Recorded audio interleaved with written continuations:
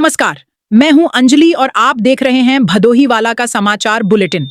आगे बढ़ने से पहले अगर अभी तक आपने हमारे चैनल को सब्सक्राइब नहीं किया है तो कर लीजिए। अब आप हमें अपनी खबरें सीधे हम तक भेज सकते हैं। नीचे दिया गया व्हाट्सएप नंबर नोट कर लीजिए और अगर आप हमारे व्हाट्सएप ग्रुप से जुड़ना चाहते हैं तो लिंक डिस्क्रिप्शन में है। आइए देखते हैं आज की प्रमुख खबरें।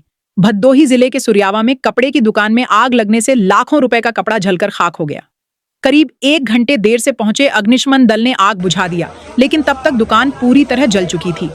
किसी जनहानि की खबर नहीं है। और 9 नेहरू नगर में नारायण दास काली प्रसाद नाम से फैंसी कपड़े की दुकान है, जिसके मालिक महेंद्र जायसवाल हैं। दीपावली की रात पूजा करके वे घर चले गए। सुबह भोर में जब लोगों की आंख खुली और घूमने निकले तो 3 मंजिला मकान धू-धुकार जल रहा था। मौके पर काफी संख्या में लोग जमा हो गए। अग्निशमन दल को सूचना दी गई। करीब 1 घंटे बाद पहुंचे अग्निशमन दल ने आग बुझा दिया, लेकिन दुकान में रखा सारा कपड़ा जलकर खाक हो गया था। बगल में ही उनके सगे भाई राजेंद्र जायसवाल की कपड़े की दुकान है। आग उसमें भी फैल गई थी, लेकिन समय रहते आग पर काबू पा लिया गया। बताया जा रहा है कि 2 करोड़ से अधिक का नुकसान हुआ है। पूंछ थाना क्षेत्र के पूरेभान गांव में प्रकाश पर्व दिवाली के दिन सोमवार को एक दर्दनाक हादसा हो गया, जहां सरकारी हैंडपंप के पास गड्ढे में जमा पानी में डूबने से एक 5 साल के मासूम की जान चली गई।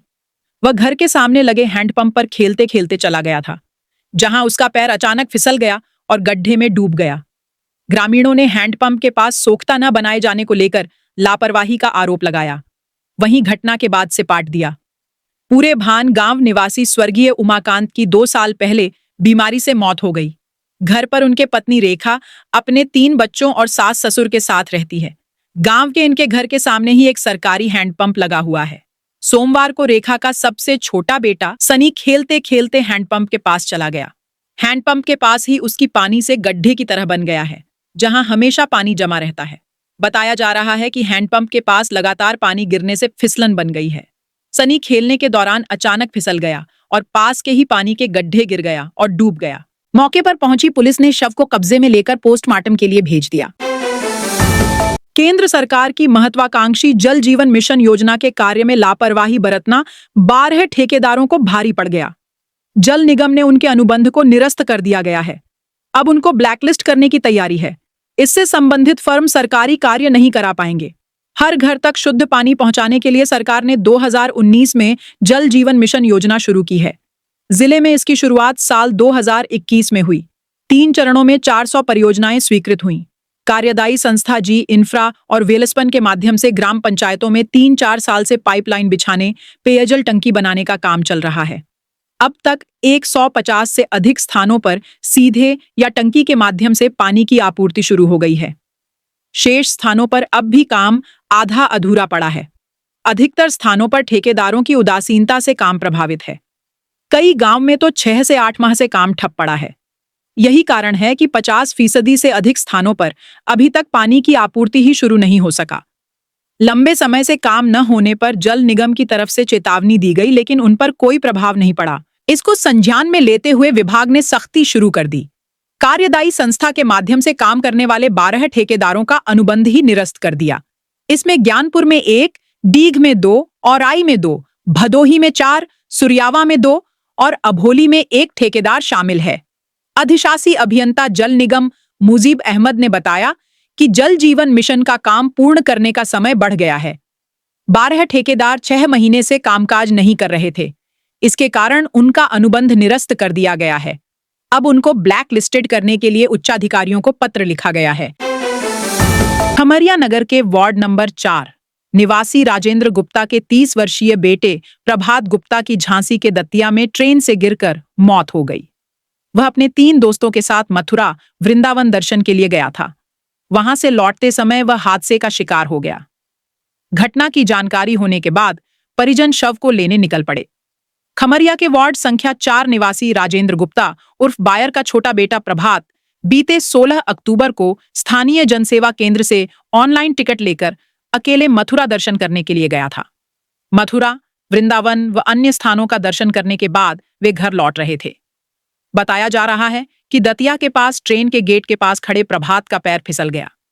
इससे वह नीचे गिर गया और सिर में गहरी चोट लग गई। इससे उसकी मौके पर ही मौत हो गई। भदोही जौनपुर 4 लेन निर्माण से लोगों को राहत मिली गई है। टोल प्लाजा का निर्माण अंतिम चरण में है। रोड निर्माण से एक तरफ जहां सीधी सुविधा बढ़ी है, वहीं दूसरी ओर टोल टैक्स के रूप में नई चुनौती भी सामने आ रही है। 4 पहिया वाहन सवारों को अब जनवरी 2026 से टोल टैक्स का भुगतान करना होगा। जनपद सीमा के निकट सिद्धवन गांव के पास टोल प्लाजा का निर्माण अंतिम चरण में है। जैसे ही काम पूरा होगा, टोल टैक्स भी चालू हो जाएगा। वर्तमान में इस मार्ग पर प्रतिदिन 12,000 4 पहिया वाहनों का प्रतिदिन आवागमन हो रहा है। इसके अतिरिक्त जौनपुर से मां विंध्यवासिनी के दर्शन करने मिर्जापुर जाने वाले के लिए जौनपुर, मड़िहान, जमालापुर, रामनगर के अलावा सुल्तानपुर, जौनपुर के श्रद्धालु भी इसी रास्ते से विंध्याचल आगमन करते हैं। मिर्जापुर, सोनभद्र, भदोही, मिट्टी आदि लाकर जौनपुर समेत अन्य जनपद को आवागमन चलने वाले ट्रक भी इसी मार्ग से चलते हैं। जौनपुर से मिर्जापुर तक टोल टैक्स की बाधा नहीं है, जिससे वाहन चालक निःशुल्क रूप से आवागमन कर रहे हैं, लेकिन जल्द ही यह स्थिति बदलने वाली है। अपर मुख्य न्यायिक मजिस्ट्रेट के आदेश पर ज्ञानपुर पुलिस ने गोपीगंज के सारीपुर उमरपुर गांव निवासी गुलाबधर गौतम, लड्डू गौतम, सुंदरपुर निवासी हृदय नारायण गौतम, राजेंद्र काशीनाथ के खिलाफ धोखाधड़ी समेत अन्य धाराओं में मुकदमा दर्ज किया है।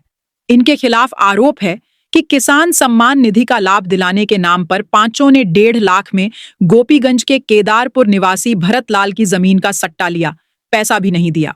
भरतलाल ने बताया कि वह अनपढ़ है और बुजुर्ग होने के कारण उसे कम सुनाई भी दिखाई देता है। उसे किसान सम्मान निधि का लाभ न मिलने पर रिश्तेदार गुलाबधर गौतम को बताया। उसने कहा कि उसकी सरकारी विभाग में पहुंच है, वह सम्मान निधि दिला देगा। वह गुड्डू गौतम गुड्डू गौतम को लेकर सुंदरपुर के हृदय नारायण गौतम के यहां पहुंचे। हृदय नारायण ने कहा, आपका किसान सम्मान निधि बनवा देंगे। इसके बाद उसने उनकी खतौनी मांगी और कहा कि ज्ञानपुर से फोटो लगाएंगे तब पैसा मिलने लगेगा। 23 फरवरी 2023 को वह ज्ञानपुर पहुंचे। वहां पहले से ही हृदय नारायण, गुड्डू के साथ राजेंद्र निगम व काशीनाथ उपस्थित थे। उन लोगों ने उनसे अंगूठा लगाने के साथ फोटो खिंचवाया व एक चेक पर भी अंगूठा लगवाया।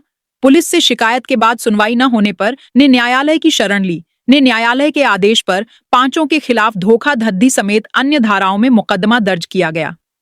एसएचओ मनोज कुमार ने बताया कि मुकदमा दर्ज किया गया है, जांच की जा रही है। कोइरोना क्षेत्र के 58 गांवों की बिजली की समस्या दूर हो जाएगी। इटाहरा में बिजली विभाग द्वारा नया उपकेंद्र बनेगा, वहीं 5 MVA का नया ट्रांसफार्मर लगेगा। अब तक इस क्षेत्र की बिजली आपूर्ति गोपीगंज उपकेंद्र से की जा रही है, पर उपभोक्ताओं को अधिक संख्या होने के कारण पर्याप्त बिजली नहीं मिल पा रही थी। हर समय लो वोल्टेज ऑफ कटौती की समस्या से उपभोक्ता झुड्डा आ रहे हैं। सीतामढ़ी क्षेत्र में लगभग 15,000 उपभोक्ताओं को पर्याप्त बिजली नहीं मिल रही है, न ही पंप सेट चल पा रही है। स्थिति इतनी खराब हो गई है कि रात्रि में LED लाइट भी कमरों को रोशन नहीं कर पाती। बच्चों को घरों में 2-2 LED लाइट लगाकर अध्ययन करना पड़ता है। सदर विधायक के प्रस्ताव पर शासन में 33 kV का नया उपकेंद्र बनाने का प्रस्ताव भेजा है। इटहरा में जमीन का चयन हो चुका है। इसके लिए RDSS से नई लाइन खंभे का कार्य लगभग पूरा हो चुका है। शासन से नए उपकेंद्र की स्वीकृति होते ही क्रम शुरू करा दिया जाएगा। आज के बुलेटिन में इतना ही। कल फिर मिलेंगे, तब तक के लिए नमस्कार।